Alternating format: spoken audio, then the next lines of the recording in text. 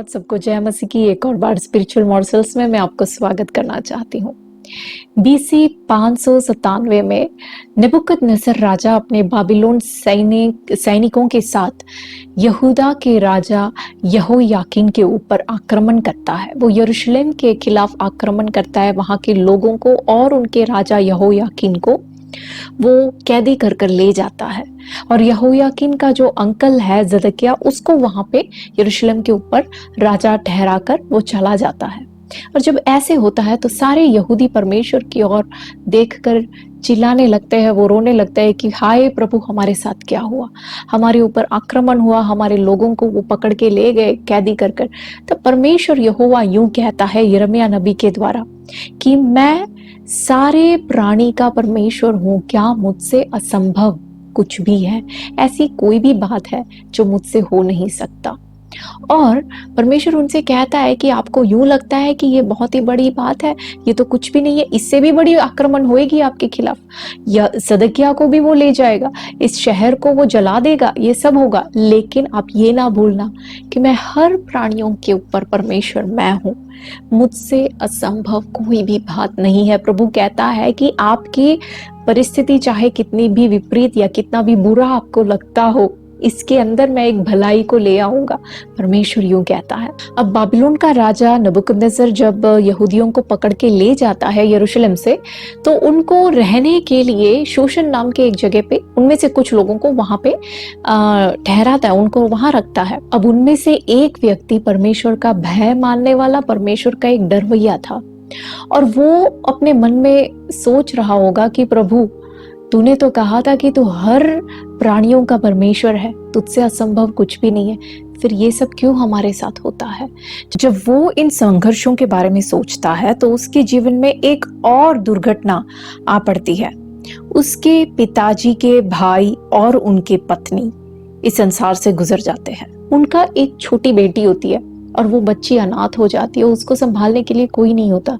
क्योंकि ये व्यक्ति परमेश्वर का डरवैया है, वो क्या करता है, इस बच्ची को अपने बच्चे के समान वो अडॉप्ट करता है और उसको पालन पोषण करने लगता है। कुछ समय बाद नबूकदनेस्सर राजा की मृत्यु होती है और वहां पे कुछ और देश के लोग, मीडिया पर्शिया लोग वहां पे उनके ऊपर राज करने लगते हैं।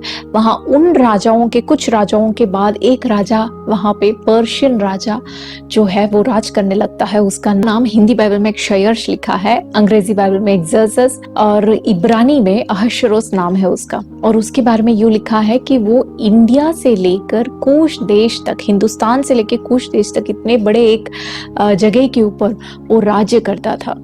और उसने क्या किया कि ये जो शूशन नगर है, इस शूशन नगर को अपने राजधानी बना देता है। कुछ समय बाद एस्तर के पुस्तक में हम देखते हैं कि उसकी रानी वश्ती उसका कहना नहीं मानती, और क्योंकि वो उसका कहना नहीं मानती, उस रानी को अपने पद से निकाल देते हैं और रानी का जो मुकुट है वो किसी और को देने का प्लान करते हैं। और फिर ये क्या करते हैं, ये सारे देश में से, हर एक प्रांतों में से सुंदर सुंदर युवतियों को इकट्ठा करते हैं और उनमें से किसी एक को रानी बनाने का प्लान करते हैं। और जब इस बात का ऐलान करते हैं, हमें एक बात यहाँ पे ध्यान ये देना है कि इसका जो साम्राज्य है ये कितना बड़ा है। ये हिंदुस्तान से लेके कूश देश तक। अब देखिए, हिंदुस्तान जब कहते हैं, आज का हिंदुस्तान नहीं है वो, उस टाइम के हिंदुस्तान में पाकिस्तान है, बांग्लादेश है, बर्मा है, भूटान है, श्रीलंका है, बहुत बड़ा एक देश है हिंदुस्तान। और यहाँ से लेके कहते हैं पूरे कूश देश माने आज का इथोपिया नहीं है, उस टाइम पे पूरे नाइल नदी के ऊपर के सारा भाग को कूश देश कहते थे। उसमें सूडान है, नॉर्थ सूडान है, साउथ सूडान है, उस एरिया के सारे जितने भी राज्य आज है, देश आज है, वो सारे उसमें मिले हुए हैं। तो इतना बड़ा एक साम्राज्य, इतने बड़े साम्राज्य में से सुंदर सुंदर युवतियों को हर एरिया से इकट्ठे करते थे। अब सोच के देखिए, हमारे हिंदुस्तान में ही इतने सुंदर सुंदर युवतियां हैं, हमारे नॉर्थ ईस्ट में चले जाए, वहां के युवतियां इतने सुंदर है, नॉर्थ इंडिया में देखें, यहाँ के युवतियां इतने सुंदर हैं। आप श्रीलंका जाइए, पाकिस्तान जाइए, या फिर मिडिल ईस्ट के कंट्रीज में जाइए, अफ्रीका के कंट्रीज में, हर जगह पे सुंदरता का एक अलग अलग रूप हम देख सकते हैं।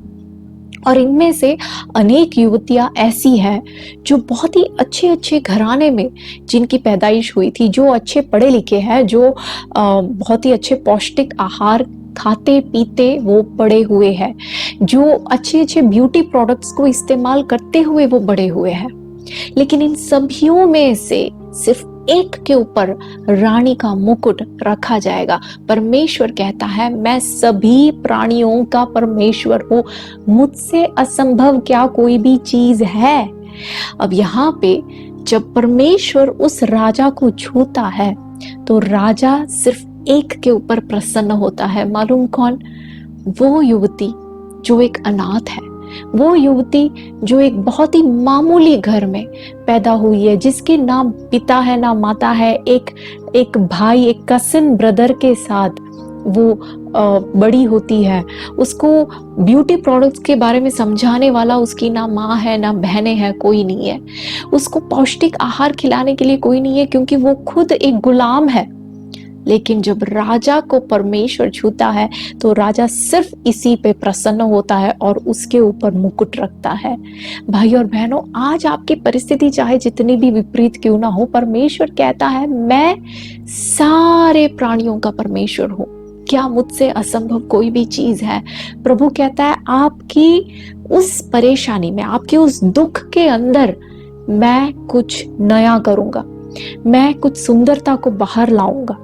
मैं आपकी भलाई के लिए, आपकी इस बुराई में से आपकी भलाई के लिए मैं बातों को फेर के ले आऊंगा। हालेलुया। परमेश्वर का वचन इब्रानियों के पुस्तक में हम पढ़ते हैं कि हमारे प्रभु यीशु मसीह कल, आज और आने वाले कल एक समान है। उसमें कोई बदलाव नहीं है। परमेश्वर यहोवा यूं खुद कहता है मलाकी के पुस्तक में, क्योंकि मैं यहोवा बदलता नहीं।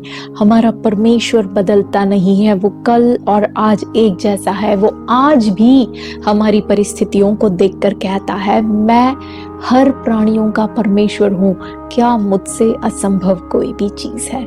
हालेलुया। परमेश्वर आप सबको आशीष दे। God bless you.